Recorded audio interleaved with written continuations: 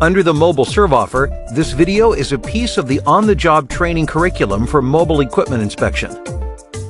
The goal is to enable you to convert customer needs and opportunities around these activities into improvements in safety, environmental impacts, and productivity.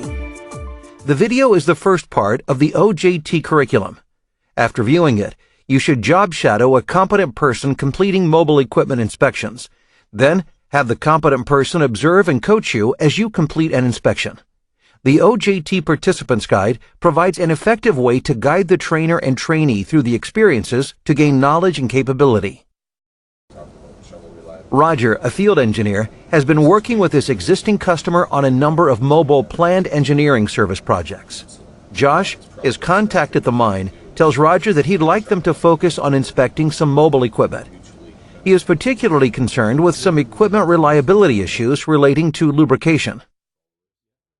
Roger works with Josh to understand the impacts of any equipment lubrication problems, so he can later use this information to show how his findings and recommendations can reduce these impacts and produce value for the customer. To help bring solutions and value to his customer, Roger must be an excellent detective and must collect the data needed to plan and support the mobile equipment inspections. Roger and Josh have decided to conduct inspections on a 797F haul truck and a D11 dozer. These are examples specific to this customer. At other customers, these inspections could include loaders, graders, water trucks, drills, etc. Roger works with Josh to collect information on potential areas of opportunity, such as high lubricant consumers, high equipment repair rates, and potential suffering areas and root causes. Roger also reviews previous used oil analysis for oil condition and signs of wear and contamination. Then just before his site visit, Roger went over his safety preparations, like customer site-specific training.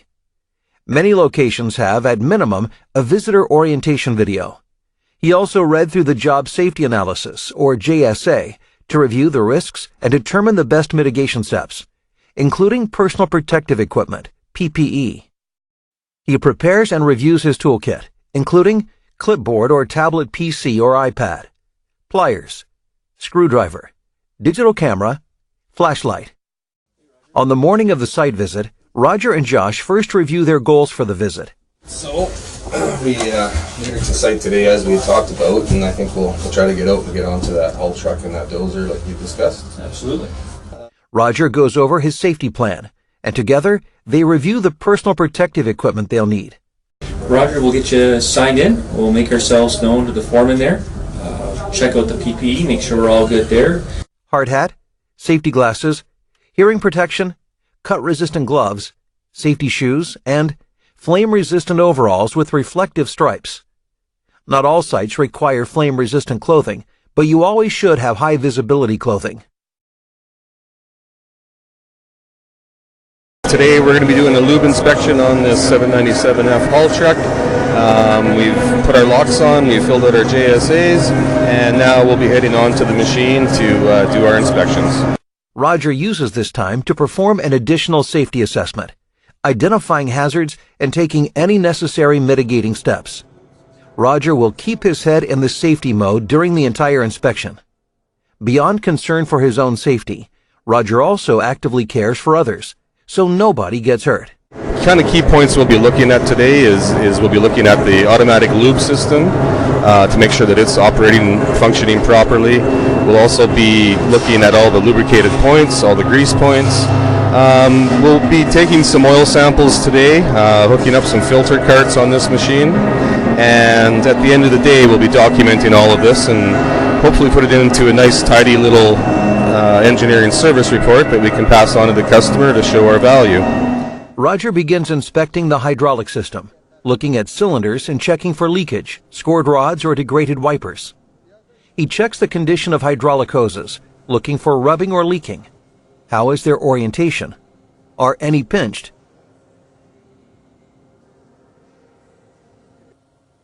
He checks the kidney loop filter on the hydraulic system to see if it is properly connected to the system to ensure maximum cleaning capability. He verifies the cleaning performance by checking the lubricant's particle counts using Mobil Serv lubricant analysis. Here, Roger is inspecting the main grease pump, which is hydraulically operated. He wants to make sure that it cycles, that there are no leaks, and that it maintains the right pressure. Now Roger is checking grease injectors to pivot points for a support cylinder for the steering. He looks for plugging of the injectors. He also checks grease lines for leaks, breaks, or rubs.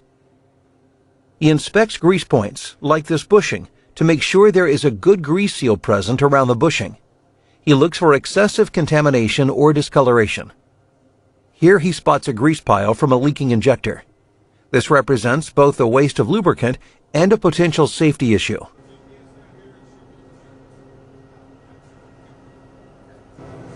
He looks at these injectors on the rear of the truck, again inspecting for proper operation, leaks, and good distribution to the lubrication points.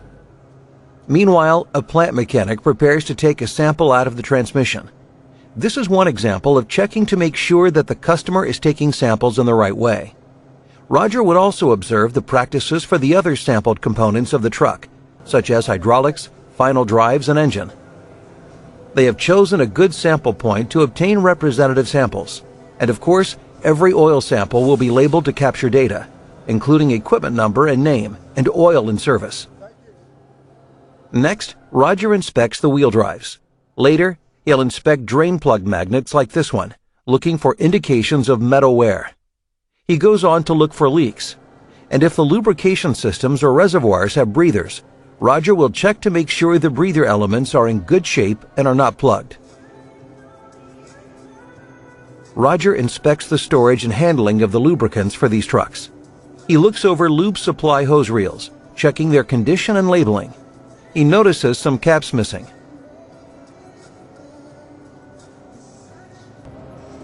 Meanwhile, members of the plant maintenance team remove air filters and pressurize the air intake manifold. They're checking for leaks in the air-to-air after-cooler system. They should inspect the gaskets on these main filters to ensure that dirt is not passing by them. In addition, they will check cyclone pre-filters to make sure they are clean and not plugged up. Here he's spraying a liquid soap on all joints and connection clamps. When pressurized, if there's a leak, that soap will bubble up. After completing his inspection, Roger will record his observations and insights using a checklist like this one. He will compare his findings with issues of equipment reliability the mine has experienced. For instance, his discovery of broken or leaking grease lines or malfunctioning injectors may correlate with the failure of some equipment components. Roger will make recommendations to help improve the mine's total cost of ownership. Today we'll be taking a look at a D11 dozer here at site. So basically what we're going to be looking at is all the lubrication points on this machine, kind of dealing directly with the manual lubrication greasing points. And we'll also be looking at final drives, the magnets. We'll be looking at breathers. We'll be taking a look at the air intake system and also paying close attention to anything else that takes an oil or grease on this machine. As he did before, Roger begins his inspection of the dozer with an additional safety assessment, identifying hazards and taking any necessary mitigating steps. Roger will keep his head in the safety mode during the entire inspection. After putting his personal lock on the master control box, Roger climbs up on the rear of the dozer to check the hydraulic system. He checks the oil sample port for hydraulics. Then he inspects the hydraulic hoses. Are they too loose or too tight? He notes that these hoses should be tied up or separated in some way. He also notices some leakage going on. This leak from the fuel line is pretty obvious and could pose a safety issue for the customer. Then he notices missing fill caps that may allow contamination to enter the lubrication systems. He checks that there is a grease seal here on the cylinder bushing for the ripper. He checks to make sure the grease seal is sufficient to keep contamination from entering the bushing. Roger will check the carriage tensioner on the track and this carriage bushing to ensure that the proper grease amounts are reaching the components. Then he looks at the final drive magnetic plug for the carriage drive. He wants to see if excessive metal is built up on the magnet, indicating potential excessive gear or bearing wear. Roger climbs up the side of the dozer to check the hydraulic oil level and the kidney loop filter for the hydraulic system. He will continue to check the other lubrication system's lubricant levels. Here, he checks the air intake to the engine. If he suspects dirt, he will pressurize and look for leaks. These are oil filters for the engine and a sample port. He inspects these to ensure proper contamination controls are in place. Roger pulls the air intake cover, looking for dirt traces. He'll check the gasket to see that it's not deteriorated. He then checks the engine radiator to ensure that there is not excessive dirt buildup that could result in lubricant overheating. He checks the engine oil dipstick to ensure that proper levels are maintained. He also looks for obvious contamination signs, like milky oil on the stick, which could indicate a coolant leak. Finally, Roger completes his notes for the dozer inspection. Later, he will combine these with his photos and other data to prepare an engineering service report for his client. After his haul truck and dozer inspections, Roger meets again with Josh to explain his preliminary findings. He tells Josh that he will combine his findings, including measurements and photos, to prepare an engineering service report for Josh and his supervisors.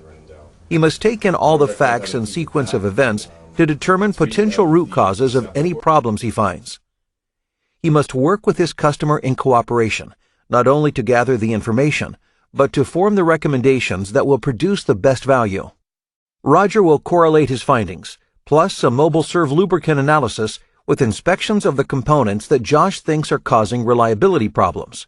In this way, Roger will address Josh's concerns by offering insights and recommendations that can be justified by total cost of ownership. Roger can demonstrate that his findings and recommendations produce an excellent return on investment and value to his customer.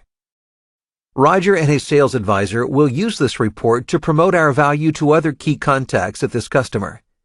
If very well received, this engineering service report could become the foundation of a proof of performance from this customer that could be used to show other customers to convince them that ExxonMobil and its distributors are the right lubricant supplier for them. In addition to helping this customer in this one application, Roger will look to see how he can help the customer apply what they have learned to other similar machines at this facility or across their entire company. By using the standard operating procedure as a guide, as well as the other tools described, Roger can consistently conduct these studies and deliver outstanding value to his customer.